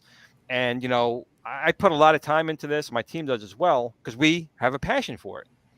But if a company really is going to basically keep putting up brick walls and putting this up, saying one thing, but actions speak louder than words, then we can't worry about it. I'd love to support it. I love to help people because people have it broken, but we've wasted too much time on it already, and we're just going to move on.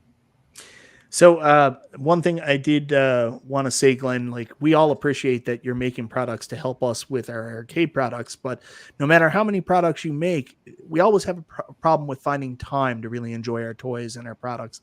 Is there anything that you could possibly make, some kind of product that would keep our wives entertained while we were using these arcade devices? As a matter of fact, we make a whole product line. It's actually not my product line, but Thunderstick. Just look it up on Amazon. Keep wife happy. Happy game time. All right. So anyways, I think that's enough with Arcade1Up. There's not a lot going on right now. We're waiting for product to come out. Of course, we're waiting right now on these legacy cabinets to come out, what they're going to look like. We're waiting on the Yoga Flame, Hadouken, and all whatever the hell this Capcom Legacy is going to be. And of course, Dragon's Lair is coming out pretty soon. Now, Glenn, I don't know. Are you a fan of Dragon's Lair? Is that one you're interested in? Yeah, I mean, it's one of the games. I suck at it. It's a memory game, and I have the worst memory in the planet. But it's one of those games that, again, like we were saying before, it's what you play it once or twice. It's in the back playing, and it just brings back those great memories. People walk in the room saying, "Oh my God!" So I do enjoy Dragon's Lair. Yes. Anybody else here excited about Dragon's Lair? I'm really excited. This is one I'm looking for. I'm annoyed they took away the cell phone. I wanted the cell phone in the back. If I get a message, if I'm playing a game and Jen messages me, I want to go, oh, I better call her real quick. So I'm disappointed about that. I'm exactly the same way as Glenn. I'm a little bit older than Glenn, so we come from the same. What? Here. What? Yeah, he's older than me. He's no way. Yeah, I'm 56. So. Oh my goodness! But wow. But I'm the same way. I like it playing in the background. I'll jump on there and I'll redo the same thing over and over and never getting far. I'll play with the arrows, which help me last a little bit longer. But it's just one of those games that you just got to have in the game room. It's just a cool game. But I am past my bedtime. No, actually, I got to get outside and enjoy this weather. It's the age. It's the age.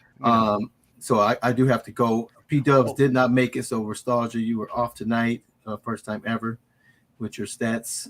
P-Dubs didn't make it here tonight. I appreciate you guys. I do got to run, but I'll see you guys next week. And until next time, I'll see you guys on the web. Carl, that was good. that wasn't bad. I don't know how we're going to end the show now. Like we have to go on forever because we don't have an ender. So just till next Friday. We got to play the next Friday when he's back. I guess we'll just keep going.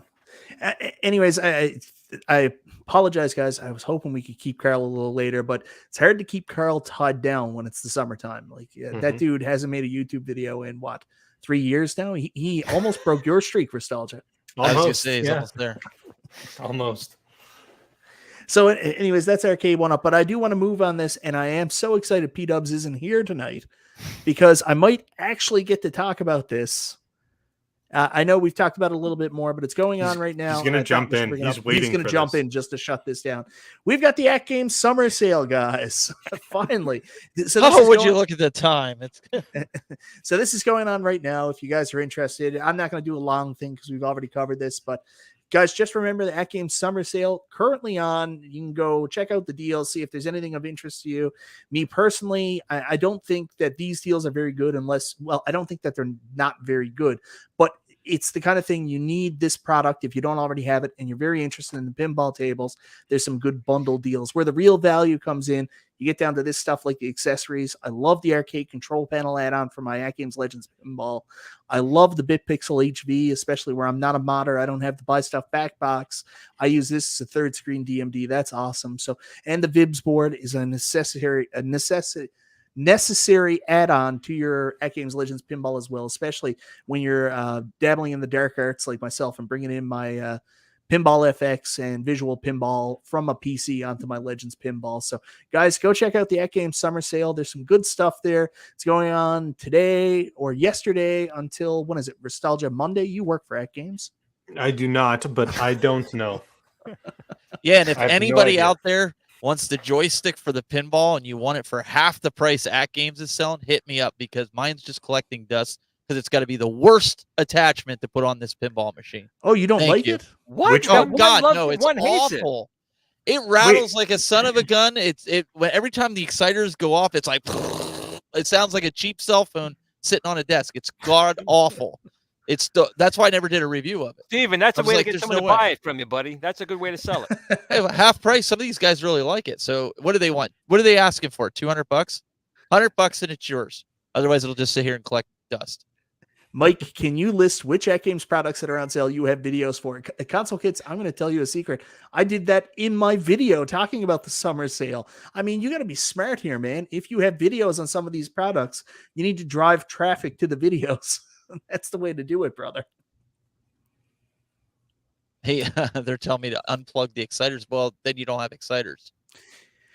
Yeah, I don't know. I personally really like it. I understand where you're coming from. I think you might have a couple screws loose, not upstairs, but in the pinball machine themselves. You know how I maybe fixed it? But you know what? You know how how I kind of made it a little bit better? I took that plastic tray off the bottom, the dollar store tray.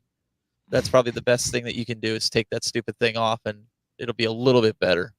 I don't think it's the exciters that's the problem. I think it's the way they're installed, because I don't have that problem on mine. I got it. And it vibrates that whole plastic. I think what part of it is that like that tray underneath, but also that it I don't know, you can't really see it on mine because I'm in the way, but the top plexi vibrates on the metal. So it's almost like if you tighten it enough or you put enough pressure so that way it doesn't leave a little bit of a gap for it to vibrate, it almost eliminates it altogether. But I never had that problem on my machine. I put in the control deck, and honestly, it was way better than the stock one, and I haven't had any issues. So I really think it's just like something's happening in that manufacturing process. It could be. Like I said, the only way I could get it to sound halfway decent is to take that plastic off. I know where you're coming from because the exciters are much stronger, but I found it to be a much better experience than the stock control panel and exciters they had in there. I thought it was better. I didn't have as much that rattle that you're talking about. I noticed that more like a whiffle with the original control panel than I did the arcade control panel. And just to show you, you can see it's not on there. Wow, that's surprising. But then again, it might just be you got a faulty device. I don't know. There's a lot of things that I could go into with that, but we'll save it for another time. It could be a picnic problem. Well, when you hit the volume down button on your Legends pinball and nothing moves on the bar until you get 50%, and then it goes the rest of the way, there's a software problem. So there could be a lot of things going on here, but we're not going to talk about that. No. Listen, it's playable. It is. Okay, so Jeff Walsh says $2, take the plunge, buy a real pinball, and he then put up a $5 super chat. Someone make me feel better about having more money in my game room than my garage. Jeff, thank you so much, brother. Listen, man, if I could convince my wife that it was somewhat sensible, I definitely would. When Jersey Jack announced that Toy Story pinball earlier this week, I sent her the video. So good. I sent her the video and I was like, hey, honey, remember how much our daughter liked Toy Story 3 years ago? Nice. Hey, I was able to take over most of the music room, and you guys know that wasn't going to be possible. So Mike, it's done. 90% of it. So Mike, you can get that Toy Story pinball. Well, I can't get the Toy Story pinball. I know I can't, but I'm working on an overflow arcade room in my basement now, so we'll see. Anyways, so that's really it for the AtGames Summer Sale, guys. I put a link in the description down below. Go check it out. It's on for the next couple days. If there's an opportunity for you guys to pick up some pinball tables on discount, really good accessories. And then if you do want the pinball tables and for some reason you don't own an AtGames product and you want to get in on a bundle deal, they're there for you to look at. And that's all we're going to say about that one, unless anybody else has anything to chime in with. They're there for you to look at. Emphasize on the look. Like us. So I will ask you, because we didn't have it on the list, but real pinball, this Toy Story pinball, that thing does look really cool, doesn't it? It does. Jersey Jack, their design team are just awesome. Like before this, they had Guns N' Roses. And what did they have before the Guns N' Roses? Was it? I don't know if it was Wonka. I think it was Wizard of Oz was their first one. I think it was Willy Wonka. Yeah. And before that came Pirates of the Caribbean, and then they had what else did they have? They have their own dialed in. They had a bunch. All of their machines, everyone that they've released is just like really well designed. The gameplay mechanics, all the different levels, and it's just like if you're gonna buy a machine or a real pinball machine that's new, you really can't go wrong with any of the Jersey Jack pinball machines. I mean, just look at this thing. Like, it's so cool. I know P-Dubs kind of like, I don't know if you were there. P-Dubs was kind of shitting on it saying, oh, there's only one ramp, only one drop target, but this thing looks great. Yeah, I agree. And it's coming from P-Dubs, who says he likes the really classic pinball games on the AtGames machine from Zakaria. So are you questioning his taste? Is that what you're doing? I'm just saying it's very funny that he makes those kinds of comments where he'll contradict himself in a few different areas. I think you have to play it. You can't judge this until you get a chance to actually play it, I think. And just knowing the way that they design their games, like it's gonna be glorious, and it looks really good, and it's just well done. Like this isn't an IP that anyone would be like, oh, any 50-year-old's like, oh, I got to buy that for my game room. But then they tend to take this IP and they make it so interesting that like everyone wants to buy it. It's appealing to anybody regardless of their age. They just did a really good job with it. Is it worth $12,000 though? Well, that's the question. I don't need two kidneys. Really, it's a hard no for me. It depends. If you're really into pinball, I bet you they have no trouble selling out of their collector's edition or their limited edition machines. Oh, I'm not. Listen, don't take me wrong. I'm not saying it's not worth it, but is it worth it to you for $12,000? I don't own a single mechanical pinball machine, so to me, no. I don't have any intention of buying a real pinball machine. Yeah. So. If I had an endless amount of money and an endless amount of space, I would buy every pinball table that comes out. Oh, because I'm just in love with them. Yeah, we all would. But you get, I see my mother-in-law has a real pinball machine, and there's always something breaking on it. Always something that has to be fixed on it. It's just, I don't know if I would want to go through that. And don't get me wrong, I know we complain about the Arcade1Ups and the AtGames and stuff, breaking down or firmware or whatever, but they're so much easier to maintain. If a button goes bad, you just get on Amazon and order a button. You know what I mean? Like, I don't know. I know it's not the same experience. Yeah. Jeff Walsh, but it's playable. It's playable. Another $5 super chat. Chicago Gaming, more Medieval Madness remakes next year. That's another exciting table. I mean, of those Williams, Midway Bally tables. I don't know if it's Midway Bally, but it's Bally tables, like the Williams tables, Medieval Madness, Attack from Mars. Those are the gold standard for me. I mean, if I can get my hands on them, there's still a couple here in Canada popping around of those Attack from Mars remakes. If I could get some money together, I would love to grab one of those. But it's $9,000. I was gonna say the older you get, the probably, especially if you want to get a decent one, you'll end up doing what Doug does to all of them. I mean, Doug's been refinishing them. He's got a lot of patience to do that. I don't know if I could sit there and wax do that. on, wax off. That's kind of what he does. Yeah, I asked Doug after he finished his South Park pinball machine. I said, "Okay, cool. Like, I'm really happy for you. How soon until you buy your next one?" I think it like this whole thing becomes addictive, especially when you get into it. Like, I wonder, the question now with Doug is, like, I'm sure he loves what he has, but is it getting addicting to bringing these back to life? So now, does he start playing with these and say, okay, what other projects are out there that I can do? I went through a spurt where I was going to buy a single real arcade because I could get a hold of a wrestling one that I wanted for a long time, WrestleMania the arcade game, and a WrestleFest for $1,200. The problem is the ceiling where my HVAC is.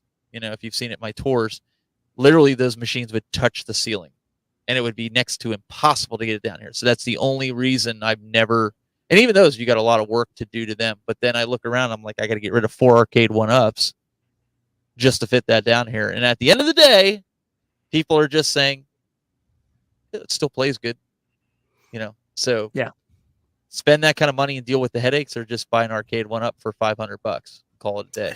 I don't know. I think there's something to be said about physically doing the work, taking something that's not working and fixing it, making it work. It's the same argument that you could have with like car guys that are buying older cars and they're spending every weekend and spending tons of cash fixing it. It's not about the finished product. It's about the experience from day one all the way to the end. When you fix it up and it's good, you probably ship that out. You sell it. You find your next project car.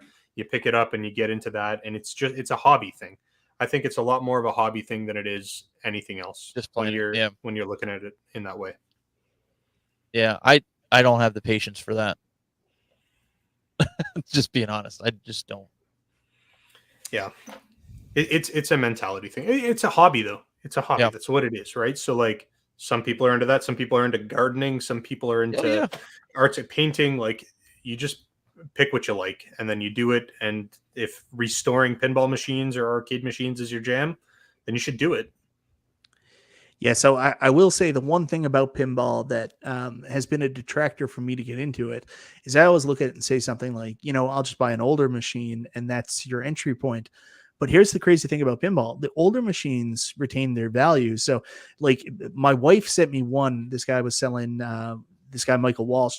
I got to go up to his place. He's got a huge pinball collection. I got to try it out. But he was selling one of his, I think it was what was it? The Hot Wheels. He's got a Hot Wheels pinball table for sale, and it's a couple of years old. But I was like, Lara, I mean, for the same money, I could just buy the Godzilla table, which is highly regarded as one of the greatest pinball tables of all time that only recently came out. I can get a Godzilla premium table for the same money. Why wouldn't I just do that? That's weird too. There's no discount for really buying old tables unless you're buying something broken and old. And then you got to have the knowledge and know-how to restore it like what Doug has done. Yeah, the Hot Wheels machine, was that American pinball? I can't remember. I'm not that familiar with it. I know he also had someone here locally had a Houdini table as well, which is an American table. Mm-hmm. Yeah, I've seen those. Yeah, that's got to be at a better price point because it's not really like an IP or. No, not really. Not at a better price point. $9,000. No kidding. Yeah. Yeah. See, Glenn, I know you're shuddering, but if you sold half the shit that you have in bags that you've never used, you could have a real pinball table. Glenn, if you just sold the bags on their own, you would have half the money to buy one. I love pinball, but it just amazes me how expensive they are. I know they're mechanical. Yeah. I know there's a lot of stuff that goes in them. It just really blows my mind that, you know, it's an older gaming experience, but it's so much more money. Yeah, it's basically, Matt said it earlier, or Jeff said it earlier. I got to go back and look. But he said, you know, I just want to justify that there's more money in my game room than there is in my garage. Like you walk by it and you're like, yeah, see that pinball table over there? Jeff Walsh. Yeah, that's a Toyota Tercel just sitting there in my game room. Mm-hmm. Jeff says, I used to work on cars, but at 42, I can't lay on the floor anymore. Working on my revenge from Mars makes me happy. Oh, he's got a revenge from Mars, too. Thank you very much for the super chat, Jeff. He's not going to be able to afford another pinball. No, he's giving you guys all the money. I know. There goes your pinball table. I did want to bring up the iArcade game list. Glenn, you're familiar with this company, right? A little bit. And my favorite game right now, and it's so funny, Donut Dodo. It's just Dodo. It just seemed like a game that was like okay, but I love it. Must be easy. It's actually better. It's It's actually better with my GRS restrictor gate set to 4-way mode. That is true. This is one of those games that requires the 4-way mode, and I talked about that. It's like Burger Time, where you need that sensitive movements to go up the ladders, and I've noticed it too, where I want to go up, and sometimes my controller doesn't go where I want it to go. Or you don't want to go up, and once you touch the ladder, you're going up, and you get killed. Like Burger Time. Burger Time, he'll stop on the ladder though. You can stop him up a ladder. This and in Donut Dodo, once you go to a ladder and go up, you're up. You can't stop midpoint. I don't see your restrictor gates on Amazon. Slacker. Come on. Got to go to t6.com. We have it on sale, as a matter of fact. T6.com? Yeah. Jeez. I know. Who's going to Anyways, Amazon? Guys, the reason I want to bring up iArcade today, they released a classic Taito arcade game, The Legend of Kage. That's actually how you pronounce it, I believe. That's the correct pronunciation. I always call it Legend of Cage, but that's it's what Legend I of said. Kage. That's how I call it. That's exactly how I called it too. I didn't find this. I personally didn't find this game very fun. I found it annoying. Really? Yeah, I'm not a fan. I'm not a fan of this one. Steven? Legend of Kage? Which Steven? Steven Haywood, the Tech Buzz. This reminds me of when I would play it, like a female version of Ninja Gaiden. How do you know that Ninja Gaiden associated himself as a male? Well, because it's a girl instead of a guy. How do you know they associate with that, Steven? That's very dear Lord. Really messed Come up on. Anyways, yeah, I mean it was decent. It was all right. It wasn't one of my favorites, if that's what you're asking. I could live without it. It has its fans. I will say I've never been that big of a Legend of Kage fan myself personally, but I may check it out on iArcade. You get to those points where sometimes you just want something to come out. You know what I mean? And this is a pretty good arcade title. It's definitely not a banger. If they're going to release a game from Taito that is a surefire, like, in my opinion, banger arcade game, I think at some point they're going to have to release Zookeeper. I love Zookeeper. Zookeeper's awesome. Yeah. A classic, great arcade game. I mean, they're even making a Numbskull Quarter arcade for Zookeeper. So that's definitely one. If you've got Taito on board, release the Zookeeper already, iArcade. Yeah, and when people who never played it look at it, they're like, what's the big deal? You got to play it. Yeah. Zookeeper, the gameplay is phenomenal. It's a great game. Yeah. It's like Donut Dodo. It's very simplistic, super simplistic. And like the noises, like I remember when AtGames released the pinball table, everybody was like, oh, the noises are terrible. And I'm like, no, they're beautiful. It's so good. Yeah, I don't know. What are they asking for? That's my next question. You know what? That's a good question, Steven. I don't know if I even checked the price yet. I haven't had a chance. We didn't $2.99, I'd buy it. Oh, it's definitely not $2.99. I would say it is $4.99. I'd consider it. $9.99. I'd tell him he could keep it. I don't think this game would be $9.99. $9.99. You bring it back. It is $7.99. $7.99. I'm going to the game. It's in the middle there, buddy. It's caught in the middle. Maybe I could negotiate with him. I'm going to pick up Legend of Kage, I do believe. Yeah, it might not be a bad price if you're into it. It's a classic arcade game. It's not great, but it's a classic arcade game. They also released, I'm sorry, I'm getting away from my mic here because I can't really see, but Ninja Kids, Strikers 1945 Plus, and I don't know the first one there. What is it? Fix 8, I think, were the online games that they announced for today. Nostalgia. What do you think of those online games? I don't know very many of them.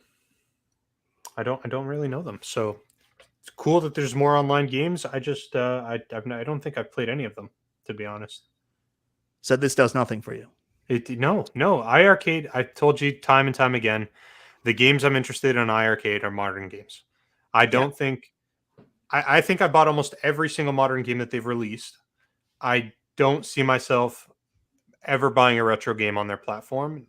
Not that I don't want to support them, but I want to support the modern games and encourage more modern games. Do I get a pass to agree with Steve on this one? Do I get one pass? Yeah, that's fine. You get one pass on this one. Because I agree with him on the iArcade. I'd rather play more modern, even though I like the retro games. I'd rather play the modern ones on there, like Beach Buggy Racing and some of these other ones. Yeah, that is a fun game. Because I think it handles it a lot better. Don't get me wrong, I like the Retromania, but that's considered a newer game in my opinion because it just came out. But I don't want to be buying the Burger Times. I don't want to be buying, what is that volleyball there? It looks like Kings of the Beach. I don't want to be buying that crap on this. I'd rather have the stuff that this can handle graphic wise because I have the AtGames for that. When you play the Beach Buggy Racing, you need a steering wheel. Yeah. If I could find it. You will. Beach Buggy Racing is an underrated game. Oh, it's fun. I have both of them. A ton of fun. It is. Yep. You know what my favorite game to play on the iArcade is right now? I've been playing through Riptide Renegade. I've been just going nuts. That's a fun game too. Yep. That's a really good game. Yeah. Even Toe Jam and Earl. That's still, I mean, it's retro, but it's still fun. Yeah, so I know I'm with Nostalgia on this. I'm with you guys. I want to see more modern stuff from iArcade. I like some of the retro stuff they put out. I've been buying it because I want more stuff on my iArcade, but I do want more modern stuff. There is certainly games that have come out that have just caught me by surprise. I really liked. I love Truxton being released. I'm a big Truxton fan. Warrior Blade was such a good surprise, but I want the modern stuff, even if it's retro modern, like Donut Dodo was. Donut Dodo was a revelation. I'll never forget calling P-Dubs later that night after I started playing Donut Dodo and looked at him, and I just had this huge smile on my face, and I was like, they knocked it out of the park. They won with this one. This one's incredible. Yeah. You didn't think it would be, but it's just that good, and it's very reasonably priced. But here's the problem. Not everybody's like us. Not everybody has other options. There's some people just with iArcades, and they bought it because they had a misconception that it was going to be the home for all their classic retro games that they remembered from their past. And there is a demand for those retro games, even though it's not what we want. There is a part of the community that wants them to do that. Want them. Yeah. Because that's all you have right now. Because all your other ones are in an overpriced storage shed. You already explained that earlier. I admit that, but I find the gameplay on the older games better eye-hand coordination, more reactionary. With the new games, they're too long. You're getting old. I am old. Glenn, you disappoint me. So I think we talked about it earlier. We talked about Final Vendetta. Final Vendetta would be a great game to come to iArcade. I know people want Shredder's Revenge. I know iArcade wants Shredder's Revenge. Hopefully that can happen. Those are more of the games we all kind of want to see show up. Those are the real games that are going to people take notice. They're, as I've quoted them, the shit your pants kind of games. Like if iArcade got them, you'd be like, wow. Those would be gems. Yeah. Those would be gems. I don't realistically, I don't see iArcade getting titles like that until they have a substantially larger user base. Yeah, I think those titles are just going to be too expensive to support for as small of a user base as they have right now. So, unfortunately, I don't think we'll see any of that. And it would have to be a marquee cabinet if they did like Shredder's Revenge. Like that would have to be a must. Mm-hmm. Yeah. Oh, and they for sure they would. For sure they would. I can't see them not doing that. So, yeah, that would have to be. But I have a feeling Arcade1Up's probably going to win that battle. Jeff Walsh has another $2 super chat there. I agree. Modern games and online. Jeff, I'm telling you, you really are trying to help me get this pinball table, aren't you, brother? Thank you very much for the super chat once again. Anyways, guys, that's it for tonight. That's all the topics I really had to talk about. I know I kept you very late. Yeah, that's it. And I know I know we gave P-Dubs every opportunity we could to join, but we're almost at the 2-hour mark and P-Dubs still isn't here. I don't think he's coming, man. You know what happened? Why he didn't come? Tell us. Because Glenn was here. Oh, I was going to say because you were here. No, it's not because of. Yeah, well, that could be because it took him 3 weeks to respond to me. You guys say he blows up your chat. I sent him one chat like weeks ago, and I officially made it to the P-Dubs ignore list. And I said to him, I'm like, oh, you're out of the arcade space for a couple months, and you forget about it. And he still didn't. He didn't answer me. It was like a week. I was doing all these things. I talked to P-Dubs at 9, noon. Nope. He put me on ignore. And then he's like, oh, I'm sorry. I was going to say, that sounds a lot like Mike. So we have this group chat with a bunch of people talking, and I can see Mike responding and reading, and and then I message him privately, and it's like 14 hours before he reads it and responds. I'm like, dude, I know you're on your phone. I know you're on your phone. But no, I see how it is, Mike. I feel so bad for the people that contact me over Skype and contact me through email and through what's the other one, Discord, because I am so horrible about getting back to people on those. That is like I very have a very hard time responding to all those. Goofyfoot has really been on my ass tonight, hasn't he? He's been giving it to us, man. He's not wrong though. So I was kidding about that with Glenn on here. What really is happening is P-Dubs walked out. That's really what happened. And Michael, Detroit Love, and Steve Nostalgia will not adhere to his demands. They will not sign the contract. And he's like, well, fine. Then I'm going on strike and I'm not coming back. Well, what actually happened was P-Dubs wrote us very late, and he said he had work stuff come up. And I told my wife, I was like, yeah, P-Dubs unfortunately had some work stuff come up. He's not going to be able to join us tonight. And she had the reaction every other human in the entire world would have. Work stuff on a Friday night? Yeah. But yet he had free time to play like Turtles last night until like 2 a.m. Yeah. It's highly convenient. It's just saying. Wife stuff. Yep. I just realized somebody else made a comment. So, Mike, you realize why Goofyfoot's giving you a hard time, right? No. Because you blocked him on Facebook or on YouTube. I never. You blocked him. Yeah, you blocked him, dude. Never blocked that. Yes, hold on. He blocked him. Then Goofyfoot came into our chat and was just like, Mike, why would you block me? And Mike went and checked, and he's like, no, I would never do that. It turns out he did block him. And then when we went offline, he was like, I'm never going to unblock Goofyfoot. And that's what this entire thing is about. So he's been giving us the crap all this time. It's because of you. It's because of Mike. It's not because of me. Goofyfoot was never blocked on my channel. I don't know what he was talking about. He was never blocked on my channel. Now, the other guy P-Dubs brought up was, I forget. Hold on, wait. Proof. He was Mike, blocked. Bring up Goofyfoot's comment. Blocked. Bring it up. Blocked. This one? That is no. No. Come on, the newest one, Mike. Scroll all the way down. Starts with the letter B. Blocked. There it is. And then hold on. Not only do we have that piece of evidence, but pull up Michael's right after him. Nope. Go back up, Mike. You can do it. Totally blocked. That is undisputable evidence that you have him blocked. That's not proof. That was hearsay. No, that is the B of Michael stands for blocker.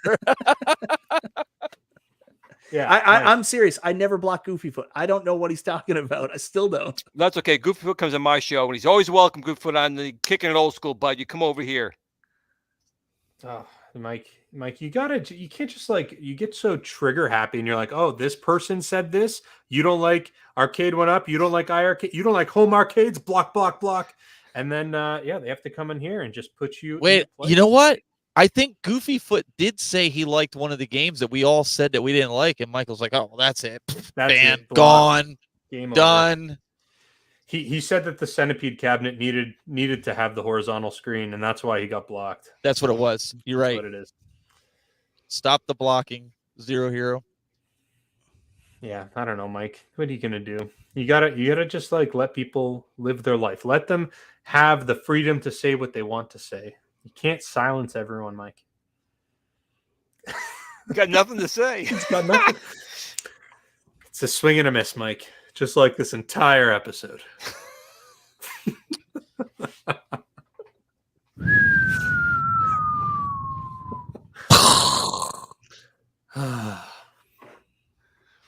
Oh, I called it crap. What did I call crap? Kings of the Beach. Did I call that crap? I was using that as a terminology. I didn't really mean it was crap because I have a lot of that crap. A lot. So anyways, this is the final episode of the Super Game Room, dudes. Well, no, you have a season premiere coming up. I thought that's the other thing. I thought we were going to do. I thought there was a season premiere scheduled. There's never going to be a season premiere. So what we're actually doing is we ended season 1 and we have to start season 2. But season 2 is never going to happen. So your guys are going to be stuck in season 1.5 for the rest of eternity. So what you're saying is the Retro Buzz will come back and you still won't have season 2 going. Yeah, Retro Buzz will come back for season 2, and we'll still be stuck in season 1.5. Gotcha. Guys, I got to tell you, it's been really nice seeing you and Steven, you and Glenn back on here tonight, getting to interact with you. This is something I've always treasured. I was so happy when you finally invited me to come on the Retro Buzz and hang out with you guys. That was a marquee moment for me. And Nostalgia will even tell you, like, he was like, hey, man, I can message him and help you get him on. I'm like, oh, no, that's okay. But then you finally invited me, and I loved it. I'm so happy. So happy to see you guys coming back on. No, Nostalgia will tell you that's true. I have no recollection, but it's possible. Hey, you know what? We have 2 open seats. I mean, I'm just saying we could offer you a better contract. I think Goofyfoot has made it clear he would not enjoy that show. Steven, hold on. The only way that I think we could consider it is if you guys did Friday nights at 9 p.m. Eastern time. We could possibly arrange that. Okay. We could even do 10 o'clock if you really wanted to. Yep. And do you see this? Console Kits is saying Mike blocked them as well. Oh, Mike, when you hear something you don't like, what do? You just get all trigger happy and block people. Here's the thing. I've never actually blocked anybody from my channel ever once. And it's fine. Except for Goofyfoot. It's fine. Listen, I'll take the shit. It's fine. I've never done it. But what you do, and I've explained this, is I made people admins, or whatever you call them, like what is it, moderators on my chat. Yeah. And I think they blocked people, and I had no idea because they have the ability to do that. Oh man! Yeah, wow! So you can't take ownership or accountability, Mike. Now you're just going to blame your moderators. You're just going to blame your moderators. Super Retro Buzz #. I'm sorry, Mike. You walked right into that one. You guys, I swear it wasn't me that blocked them. I brought moderators in that randomly blocked only Goofyfoot one single time. Goofyfoot was never blocked. I've been telling you guys this all along. He was never blocked. He was writing on my show, why am I blocked? I was like, I'm looking at your messages. The buck stops here. I agree with Jason. You're the man pushing the buttons today. That's why I didn't sit in my normal broadcast area, because I didn't want to be tempted to push buttons. I thought, I'm just going to sit here and let you push all the buttons. And so not only are you pushing the buttons there, but apparently you're pushing the buttons in the chat room too. So, I mean, I'm just saying. And now Glenn's pushing buttons. So I do want to say honestly, guys, thank you so much for coming on tonight, especially on such late notice.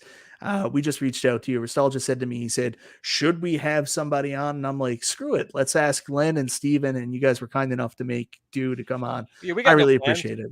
We got no plans, so we come on. Yeah, you just got me out of playing Fortnite. I mean, that's what I was doing. So ladies and gentlemen, this has been Bedtime Stories from the Super Game Room dudes, where you'll never want to look at it the same way ever again. Before we go, we got to get the super chat from Juan Perea. Juan, 999 in super chat. Thank you so much, brother. You didn't have to do that. I have to just say the Superman hat is awesome. Nostalgia, that's to you. Glad to see Glenn and Steven back on the show. And Michael B, stop blocking. It's not nice. Oh, damn. I guess I'm next for saying something. That's it. Where's this block button? Thank you very much, Juan. Well, it was an honor to come on as well. We always enjoy coming on with you guys. It's always fun. That's the one good thing about our community is that, we have a good rapport with everyone. Michael B blocks people. The rest of us don't. So # join us. We'll take you guys over here. It's all good. I will say that is one of my favorite things. You guys are so inviting, so welcoming. I don't consider this to be a different space. Like, this is all retro gaming to me, Glenn, and I'm sure you think the same way. But other people say like, "Oh, well, welcome to the home arcade space," and I'm like, "The what? What do you?" It's just we're just talking about retro games. But you guys, if there is a space, you guys were always very welcoming, very warm. Taking a young guy in that had to raise his hand to talk and make him feel more comfortable. So that thank you very much. Quite sound right, but I think I understand what you were saying. But maybe it said a little creepily that way. Yeah. Oh yes. My! You don't have anything queued up. What you should do is when Detroit Love has to leave, you need to record his little spiel he does, and you just hit the button and it goes to that. Just hit the button. The button. Mike's really good at closing us out. The button, this button.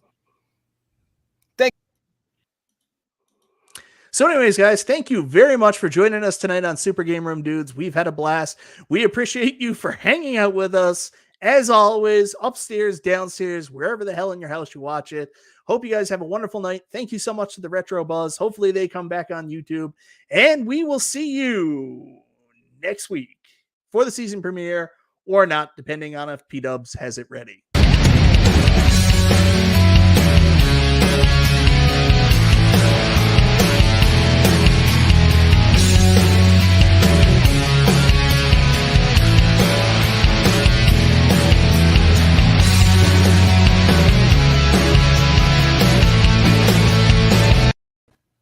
Nice.